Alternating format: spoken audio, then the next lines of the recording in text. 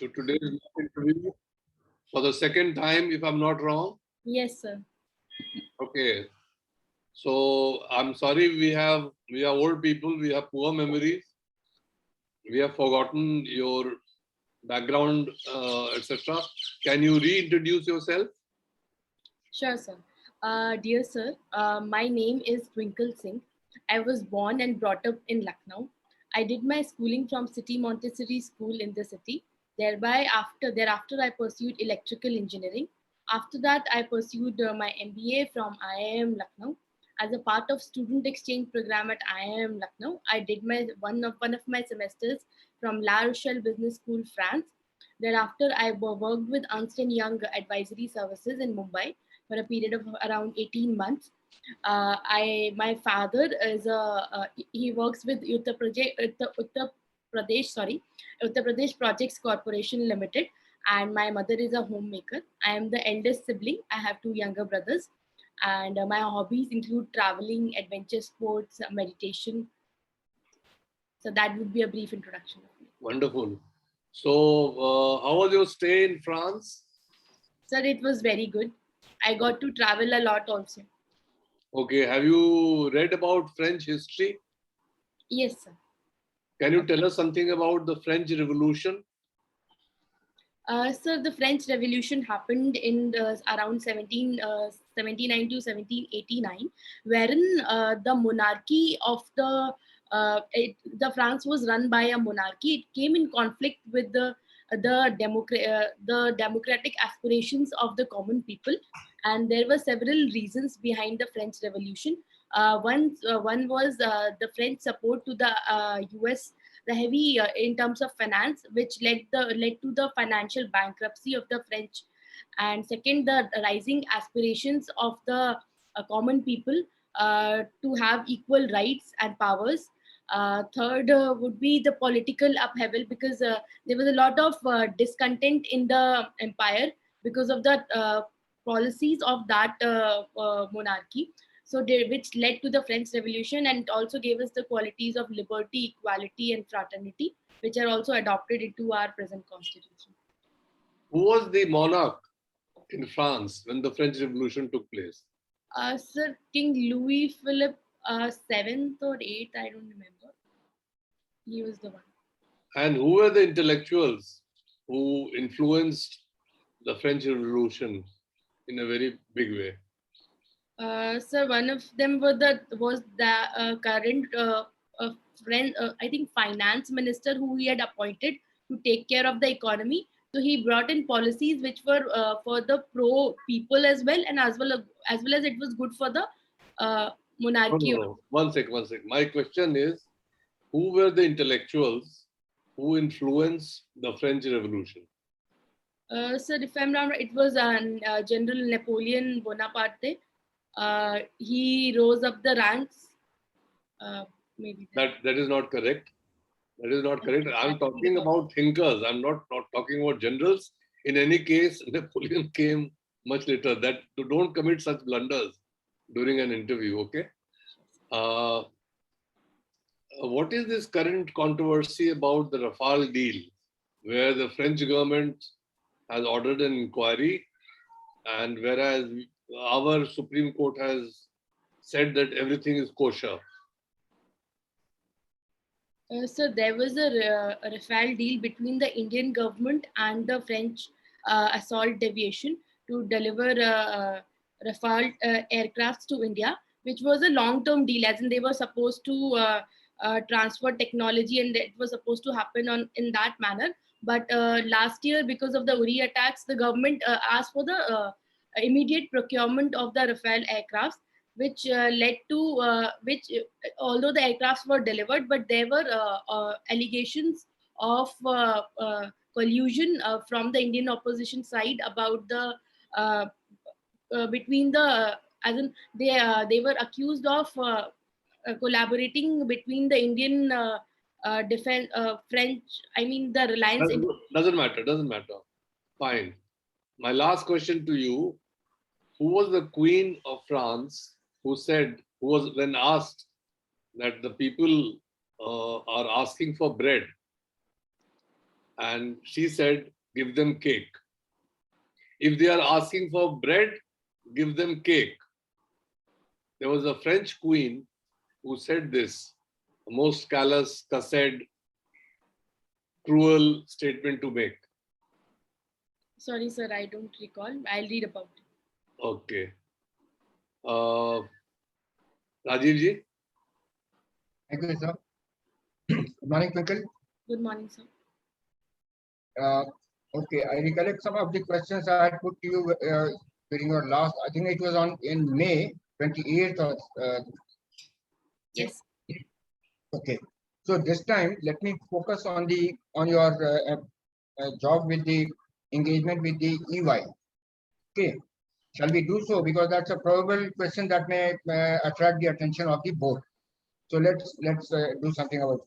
But after one or two questions on, for instance, in your, can you tell me what was you said social and environmental initiatives you mentioned? Is that through an NGO? Sir, there are various social and environmental initiatives that I've been a part of. So some were through NGOs and some were the collective initiative of our group. So one of them was when I was working in Mumbai. On weekends, we used to meet on a common metro station and go to a NGO nearby. One was an orphanage, which is an all India organization, Salam Balak Trust, wherein we used to collect money to fund the organization, also spend the entire day in the organization teaching the children and learning and also vocationally training them in some of the skills like communication skills, like that. And then there was an elderly home that we used to visit, which was associated through an NGO, but then it was a collective initiative from our side. Then environmental initiatives include beach cleaning drives. Then in Mumbai, post the Ganpati Pujan, and also I have been a part of idol collection drive in Lucknow post Diwali. A lot of waste is generated because of the idols. Okay. Did the NGO comply with the FCRA regulations, or Yes. were you aware of it? Yeah, the Salam Balak Trust, they completely complied with the NCRA regulations, and it's also transparently displayed on their website. Very good. Okay. Now, can you briefly tell me what is zero-based budgeting? Very briefly. So zero-based budgeting is a concept wherein when the budget is designed, the allocation of budget is justified on the basis of complete from complete raw idea to the final execution. Like, why should the budget be given? Why should any budget be allocated at all? Rather than going with the based on the previous allocation of the budget. Okay, one more on the management. What is what is the ethics in marketing? Oh, no, sorry. Let me reframe. How important is training to a job, or assignment of a job, or assignment of a particular work to an employee? So training is an integral part of the employee readiness as well as upskilling and reskilling of the employee for future employments. So I would say training is an very integral part of an employee enrollment program, also the employee progress program. Twinkle, there has been a debate in the government as to whether training should be made compulsory or linked to promotions. What are your views on this? I mean, you are with the private sector and seeking to come to the government. What would be your fresh idea on this? Sir, the idea, so you were talking about linking training to the promotions, as in providing promotions only when the training is done. Yes. Sir, I completely agree with the idea, because once we level up to a higher position or we are promoted, we are not only our experience but our learning, which we have to apply as a part of a level up, is an important part of it. And when something is done after training, after being educated, there's a huge difference between without training hands-on ground approach and a well-trained and well-experienced approach. So I would say it would improve the productivity of our employees, and also in a long-term benefit the entire government system as a whole. Just in a bullet form, what are the important components of corporate governance? Sir, important components. You're asking about important components of corporate governance. Yes. Sir, give me 10 seconds to. Yes, why not?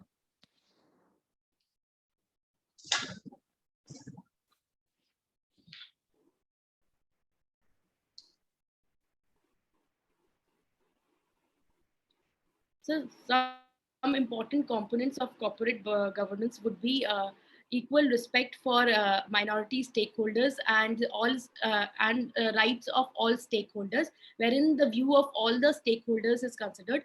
Second would be about the ethics in the corporate governance, whether the decisions which are taken are ethically right from the perspective of the company generating profit, and also in an ethical manner, conforming with the law and order of the state they are working with. And third would be equal representation of independent directors and women directors on the board for better corporate governance. Okay, now on the EY, tell me, can you list out the history of the EY when it came to be formed, and various important steps that were taken to strengthen and to bring it to the level as it has reached today? Sir, I would like to tell you about the EY India. EY is a multinational organization based out of UK.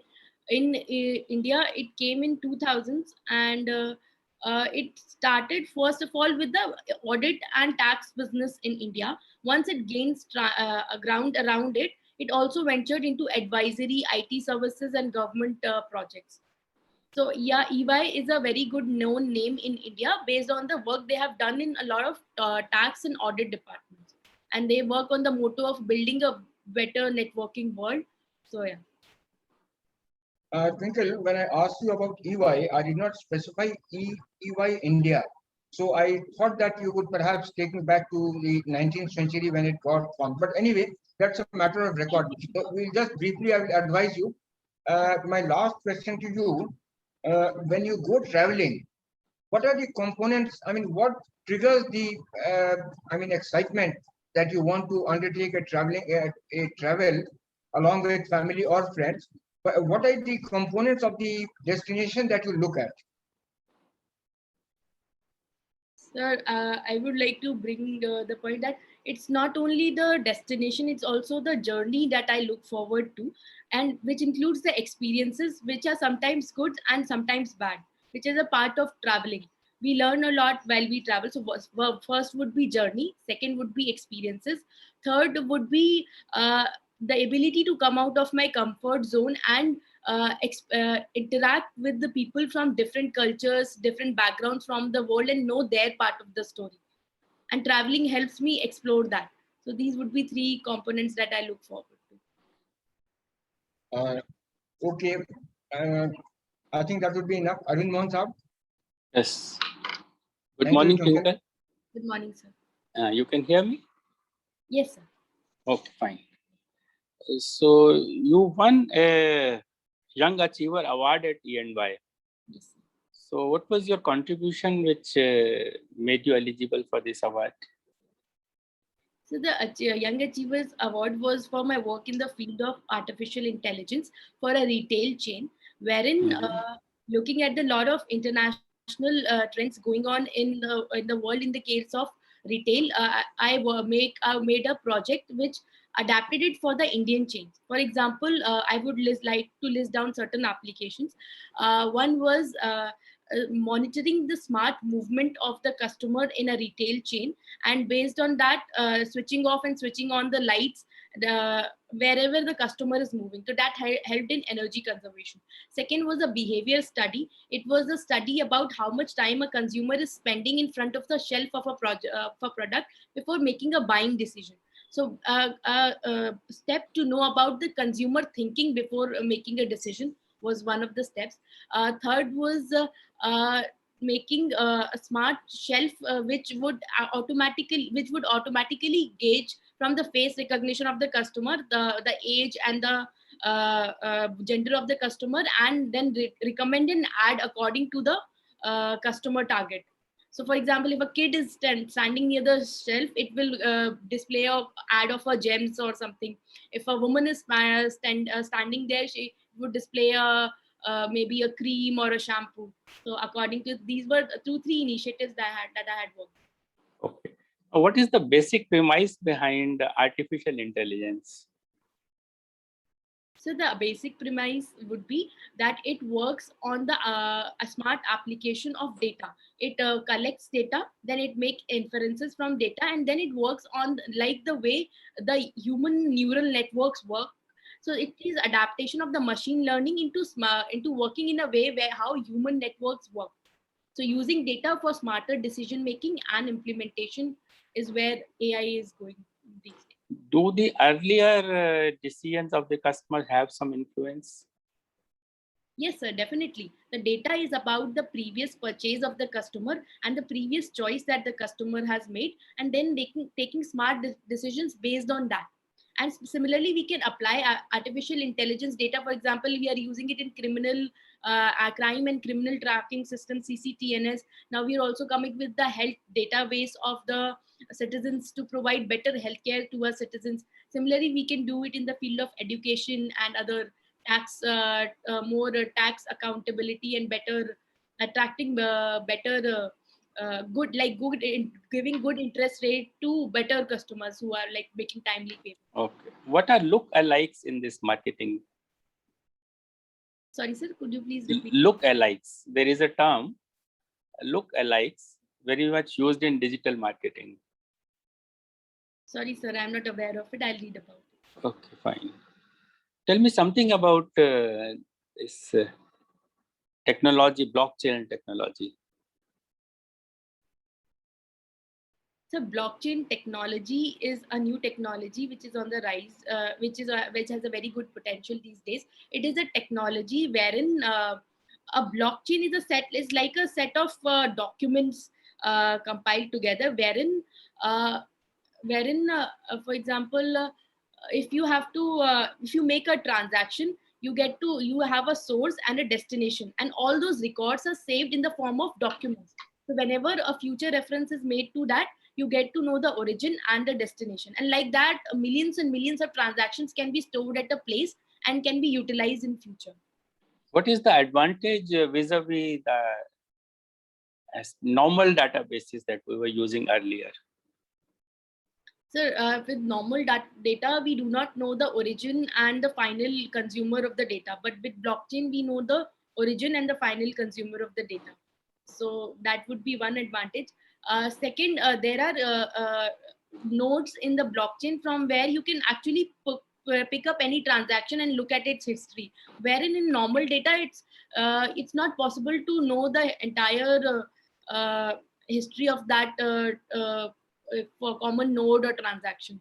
So that would be. In normal transaction processing also, we have something called transaction audit. Yeah, but sir, we do not know the origin. Many times, like for my bank account, if I transfer to another bank account, that would be the only information we would know. We would not know where it came into my bank, from where it came into my bank account. The bank always has this information. As a customer, you may not be having, fine. But bank always has this. Okay. Now this technology, it has its origin in something we know as cryptocurrencies. Yes.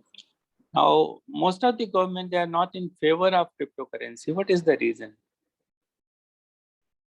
So there are several reasons that many governments had been critical about cryptocurrency. Number one, the threat of cyber security, because all the transactions would go completely online with no linkage to the central bank. Secondly, loss of regulation by the central bank, wherein we would not be able to control the sudden volatility in the cryptocurrency.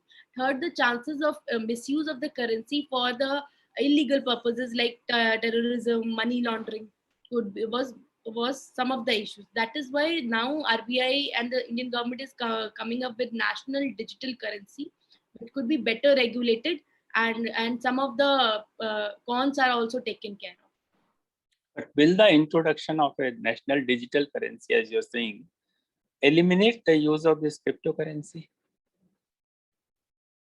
Sir, or if you talk on an overall level, it will not, but the government is planning to ban cryptocurrency in the country and come up with national digital currency as a replacement to discourage the use of privately generated cryptocurrency. You are saying government is planning to ban, but as a matter of fact, government had banned earlier, Yes, sir. but it did not succeed. Agree, sir. Now, you have been working in digital marketing. So there are various stages of customer acquisition in digital marketing. I would request you to tell me something about customer acquisition for a startup. What are the stages?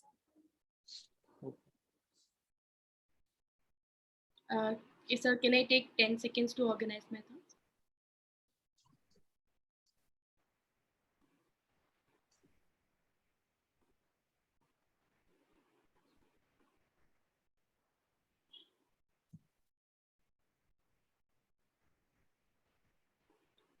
Sir, I would like to list down the process. But first step would be reaching the customer, which could be through various media channels, could be social media, digital marketing, or it could be radio. Then that is called a customer touch point. Secondly, would be about the customer experience, that the communication that the customer is getting from our side. Third would be about attracting the customer to the selling point.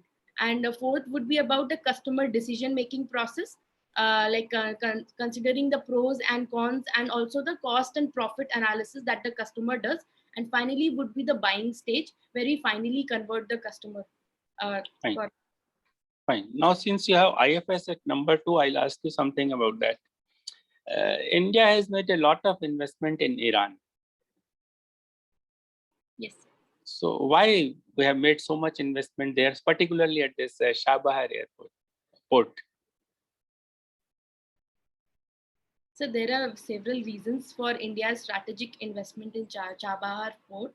Number one would be to maintain India's stronghold in the Indian Ocean and counter Gwadar port developed by China in Pakistan. Second would be to meet our energy requirement more effectively, since 80% of our crude oil requirements are met from outside. So Chabahar port in future could help us get energy crude oil from Iran and from Central Asian nations through the Chabahar port. Third would be to boost trade, since Pakistan has been acting as a roadblock and not allowing the movement through the Pakistan. So Chabahar could be an inlet for trade to Central Asia.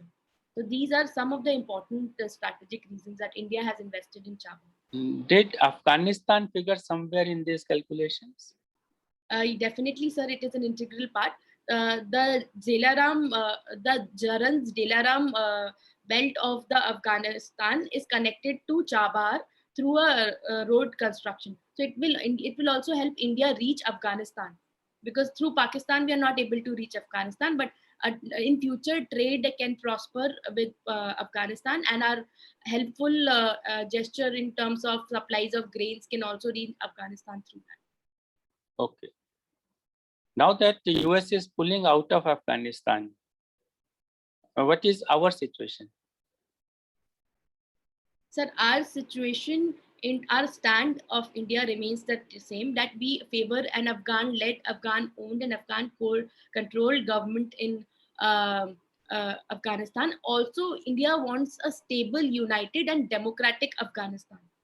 But the situation has been turning bad. So we are looking at various stakeholders. How can we restore the stability in Afghanistan?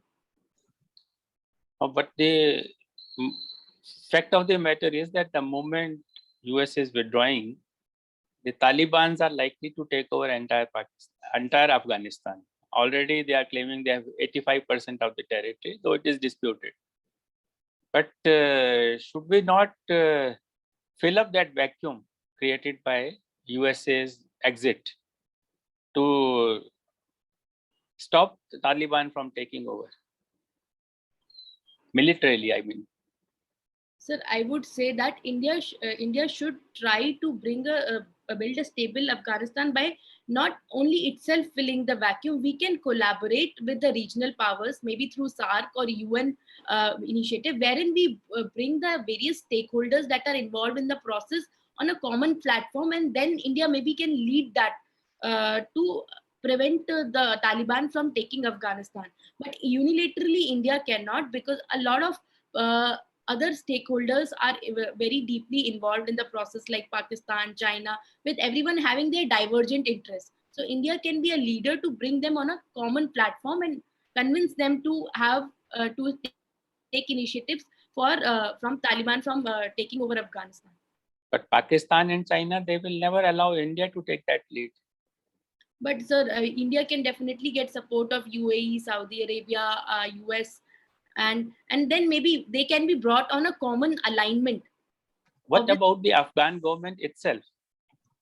If Afghan- supposing Afghan government says that we need help, Indian army should come and help us, should we take that call?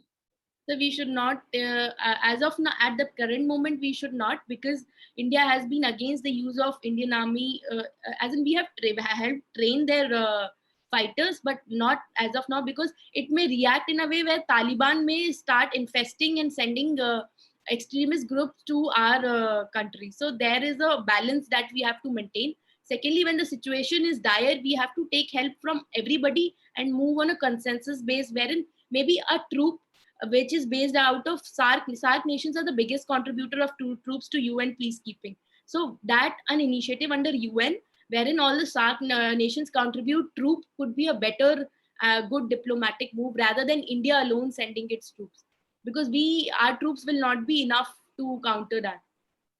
So we should think strategically before moving in there. Okay, thank you. Thank you so much. Thank you, sir. So now we'll start with the feedback. Thank you, Arun Saab. Twinkle, see, I deliberately kept my questions to the bare minimum with a view to only make an assessment of, a sort of comparative study of what we had interacted last time and how much improvement we have noticed today. There is a marked improvement, I must say, especially with reference to two. Today, last time when you simply started to attempt answering a question, this time at least on some tricky questions you took time to formulate your answers.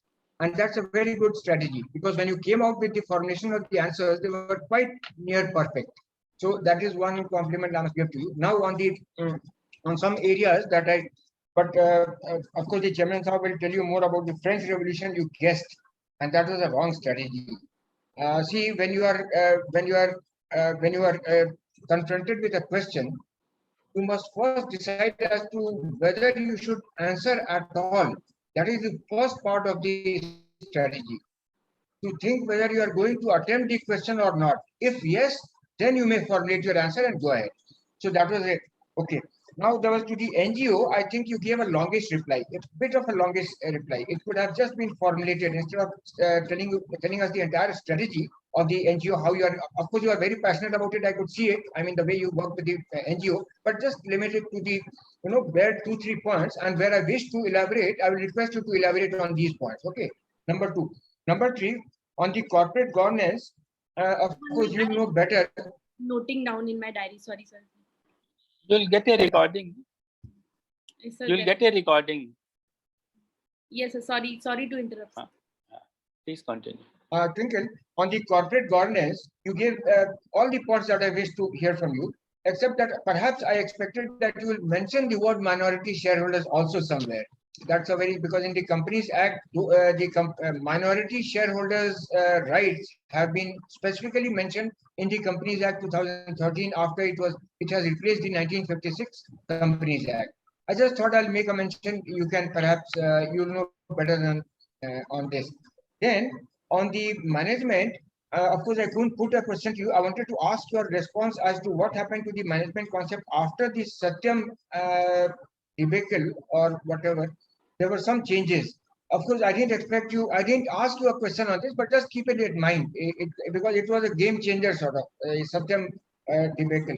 Now on the EY, see, it is one of the four big accounting firms. I mean, I wanted a macro picture of EY because at the outset I told you that I want to know something more about EY from you because that's a very likely question. It might attract questions.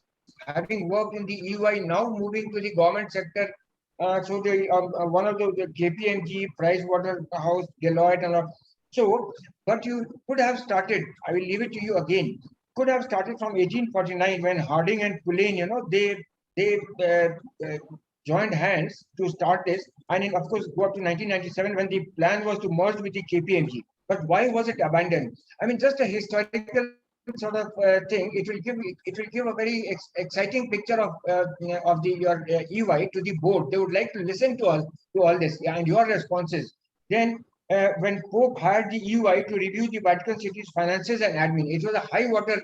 I don't think any other company can boast of such a proud moment for them. 2015, the security center in Tiruvananthapuram. That was when you mentioned EY India. I think this should have found a mention in your reply. So 2015, the first time security center in Tiruvananthapuram to tackle the cyber crime threats. I think it was for, with this intention. Cyber crime threats. First time the EY entered into this field. And of course, then Whistleblowers Act. Remember April, I think March or April 2020, a whistleblower, was awarded $1 million for having reported an ethical misconduct by the EY. I mean, these are highs and lows of the company. You can't wish it away. It's all in the public domain. So I thought that these could form a basis. I'm just giving you a suggestion as to how you can frame a reply as to giving both the strengths and the weaknesses of the company. If you're supposed to ask to give a SWOT of the company, then these are areas that you can both the ups and the downs. I mean, all the companies face it, so there's nothing wrong. But since it is in the public domain, you could capture all these points. And finally, you can also expect. I mean, of course you must be knowing it about hydroelectric projects. Whether the big ones are more suitable for us, or keeping in view the various small rivers that we have in the country, whether the small ones. What would be the advantage? What is our how much we have achieved in hydroelectricity generation and production? So those, but I must again conclude by saying that there was a marked improvement from what we saw in May and what we saw today. I must say that, and I must compliment you. Just limit your answers, bullet them, and leave it to the board to ask you to elaborate on any point that they wish to. Okay? All the best, Twinkle. Thank you so much, sir, for your response. And I will actually study about EY. I hadn't studied about the background. It's a very good point that of all the good points at EY, I lagged preparation. So that is why I couldn't come up with a very good answer. But I will definitely read about since everything is in the public domain and it's such a reputed company, you can't. So, I mean, everybody wants to know about it. So the board might be, one more point on the traveling. Yes, sorry. Traveling. See, you started from the journey, but Twinkle, a person with a passion for traveling should start in fact, I would say the journey begins by the planning stage itself. So getting your passport if you are traveling abroad or any other, all those, I mean, looking at or studying about the destinations, the time of the visit, the climate, the weather, everything that itself, where the place of stay, whether it's a B&B and what is it, all those things. So the journey traveling starts the day you decide in your mind that you are going to a place, and then everything else. So before journeying, there is one part that I would wish you to add. Sure, sir. Thank you so much. All the best. Arvind Mohan Saab. Yes, Twinkle. I agree with Rajiv sir that the performance has improved significantly from your last interview. And two things I would just have to mention. First thing is, when you are asked to introduce yourself, you started by dear sir. So in an interview like this, you don't have to address the board by dear sir. So I can say, sir, respected sir. Simply say sir. Respected sir goes to another extreme. Sir is okay. Fine. Secondly, when you were asked about this E and Y, you started by saying, I would like to tell you about A and Y. No, you have been asked to tell about E and Y, so you are not telling on your own. So don't use that phrase. Okay. Now coming to the questions that I had asked regarding that basic premise of A and I. Basic premise is, how does a human being learn? We learn from our experiences.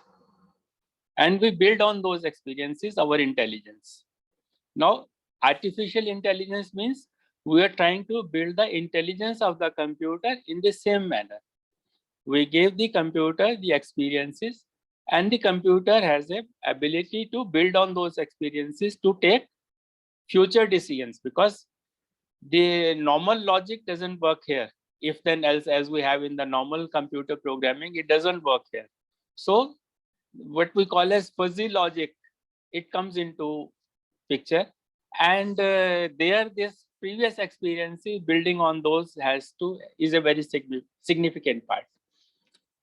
And then regarding corporate governance, there was a question. Now corporate governance, it is very simple. You have to simply say that corporate governance is the running of a company looking into the interests of all the stakeholders. You have to look into the interest of all the stakeholders. It includes promoters, it includes employees, it includes minority shareholders, it includes the customer. All of them, they are stakeholders in that company. Even the government is also a stakeholder to some extent. So you have to maintain the interest of all the stakeholders in running a company. That is the basic feature of corporate governance. Then of course there are certain laws and all, of course, but they are basically going on to this only. Then I asked you a question about look-alikes in that digital marketing. Now what happens is, supposing I actually did that, that's why I'm telling you. So I was in a bank. So I saw we give car loans. So many people take car loans. So I just built up a database of the people who had taken car loans from us. Finding the basic characteristics of those people. Now those characteristics I apply on my remaining customer base. And I get look-alikes. People who have the same characteristics, but they are not still taken a car loan from me. So that gives me a market which I have to explore immediately. So I did something that when a customer comes, asks for a balance, the operator immediately gets a flash message. This person must be interested in car loan. This person must be interested in this product based on this kind of study. So that is the study of look-alikes in our database. And that's all. And since you have given IFS at number 2, you can expect a lot of questions on this foreign affairs. So study our relationship with neighbors and things like what is happening in Palestine. All those you have to study. Whatever 40-50 questions you can frame out, build on that. Okay, because you are likely to be asked on this, having IFS at number 2 choice. Was my answer satisfactory for the India-Afghanistan? Could I have answered it better? Actually, yes, it is correct. Basically, Shah Bahar Airport was developed by India. You gave the right answers. First thing, we want an access to Central Asia. Second thing, we wanted an alternate route to Afghanistan because we are not going through Pakistan. And of course, third reason was because China is a Gwadar port. We have also built another port in Oman. Study about that also. That is also with the same. It is about 40 kilometers across the strait in Oman, in front of Gwadar. It is Bukra or something. Study about that also. And this Shah Bahar is 72 kilometers from Gwadar. Yes. Because we wanted to contain the influence of China here. And Iran has only this port. Ocean airport, they have only this one. Okay. Thank you, sir. Okay. So now Chairman sir will sum it up and give his views. Unmute, sir. Unmute. Sir, kindly unmute. Twinkle, I fully agree with my other colleagues on the panel that your performance is far better than your first interview.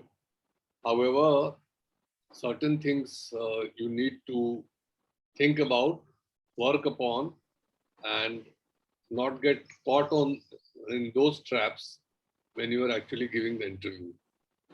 The first and foremost thing is what Mr. Rajiv Rai told you, that if you do not know the answer to a question in depth, so you can preface your answer by saying, "Sir, I only have a little knowledge," or you can say that I have not studied it in great depth, and then say whatever you are saying. When you began to answer your question on French Revolution, you pretended as if you knew everything, but actually your knowledge was quite deficient, right? For instance, the intellectuals behind the revolution, Rousseau, then Montesquieu, Voltaire, Diderot, and they were quite. But then I thought if it might be that I might mix their name with some other thinkers, and then they will ask about what was their thought process. That so Doesn't matter. You can always say, I just know their names. I do not know their political thought. What is the harm in being, you're not a student of history. You're not a student of international relations. Although, why I ask you questions on French Revolution is because you have spent time in France as a exchange student or whatever. So the normal reaction would be that you would know about France much more than an average student, right? And anyone who has gone to France, who is expected to know, particularly somebody who is aspiring to be in the civil services, he will want to know, he or she would want to know the history, the geography, its economic position, its relationship with India, its international relations, and so on. And these are not, you don't need to know them in great depth. Whatever questions I asked on French Revolution were very simple primary questions, because I am myself not a student of history. I mean, if you ask me very profound questions on French Revolution, perhaps I will not be able to give. But I know that the king was Louis XVI. I knew that his wife was Marie Antoinette, and it was she who said, if they want bread, give them cake. These are famous things. And the greatest blunder you made was about, when I asked you about the intellectuals, you mentioned Napoleon. Napoleon was a military general, and he came much later. He came in 1799.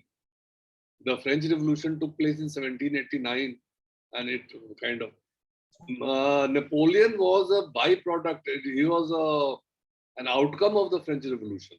Of course, he participated in the Revolutionary Wars, but he became Napoleon because of the French Revolution. So you need to study. I'm not saying study for 10 days or 15 days on French Revolution, but basic knowledge you should have. You should have the date lines and so on. So never ever attempt to answer a question about which you do not know in great depth.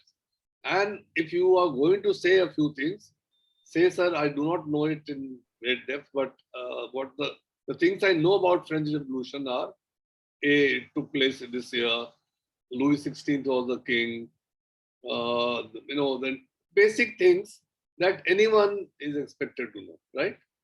Because French Revolution itself, many PhDs have been written about it, or many researches have been done about it. The problem once I couldn't say no was because we are supposed to study world history as a part of our history in civil services. So it would have been No, like very you have contrary. two options: either to be a pretender or to be an honest person. Which would you prefer? Very Honest. simple.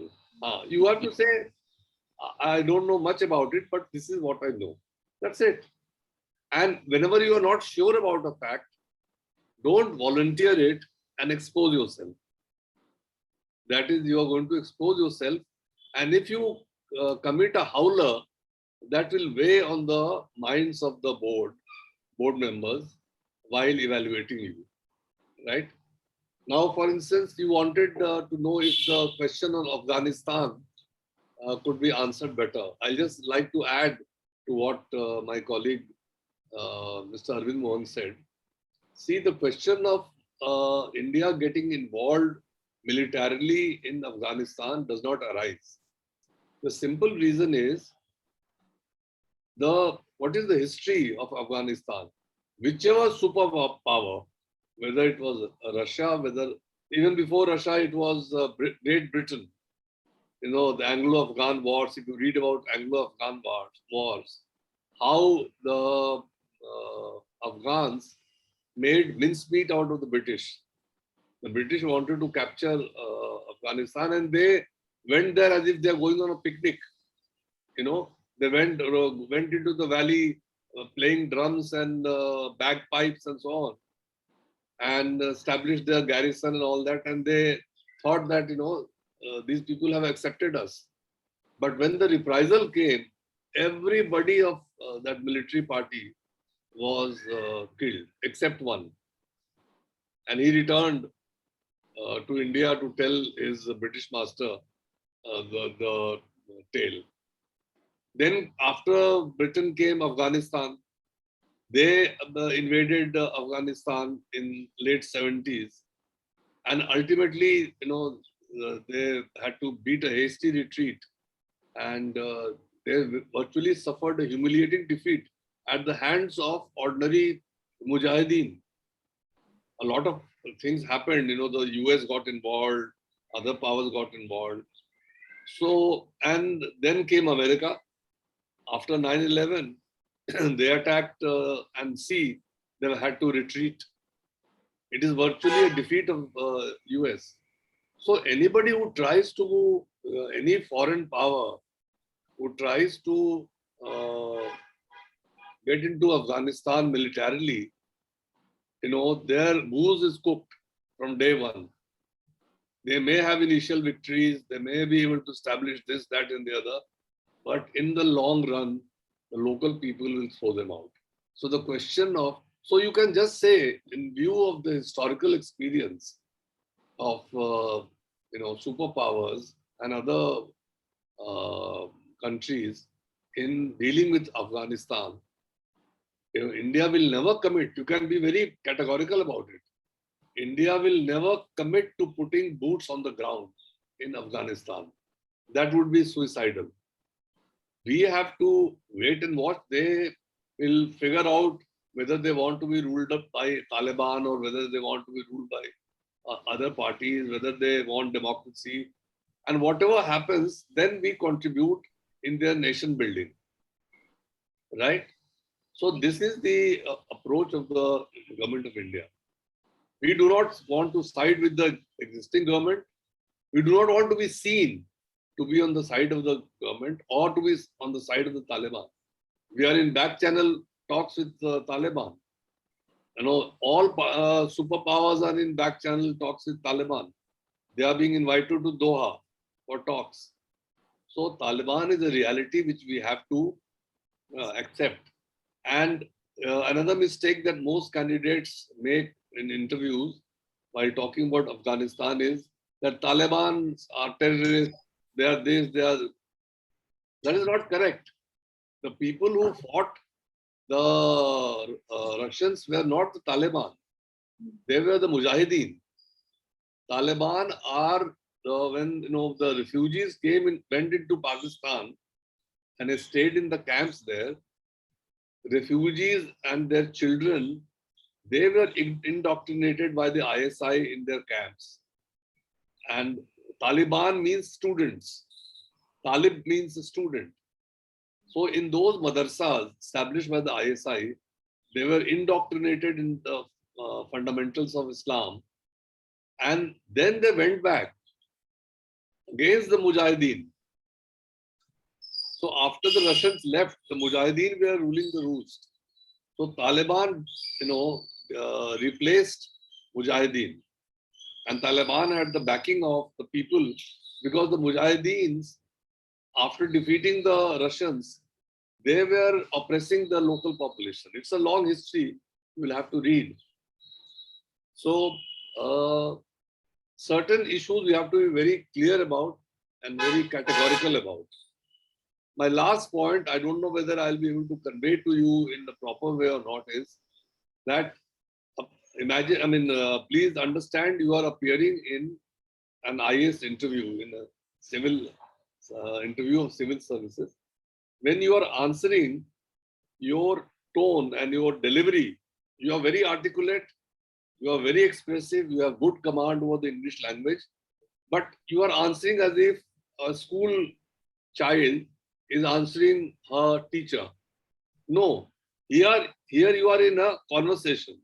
Yes, it is a very formal conversation, but you are in a conversation. And you are not kind of trying to reproduce from your memory certain things. So you have to show in your delivery that you are a mature candidate who has analytical skills, who can think and put across her thoughts in a very cogent manner. So when is your interview? Sir, it is on 13th of August. Okay, so we still have time. What I'm trying to say is that some questions, there's no guarantee that these questions will be asked. But Afghanistan is a very high probability. Some questions on Afghanistan will be asked. You are also a student of management and you have worked in EY. So a lot of questions will be asked about corporate governance and EY. So those things you should be clear about. And when you speak with all your articulation, with all your command over the English language, with your power of expression, the delivery should be as if you are in a conversation. So you are in a formal conversation, right? So, but how do I make, like, I am trying to, but how do I make it as a conversation? Like, should I be less? Like you are talking to me, you don't have to show too much excitement. You don't have to, you just talk like you're talking to me now, right? So be very relaxed.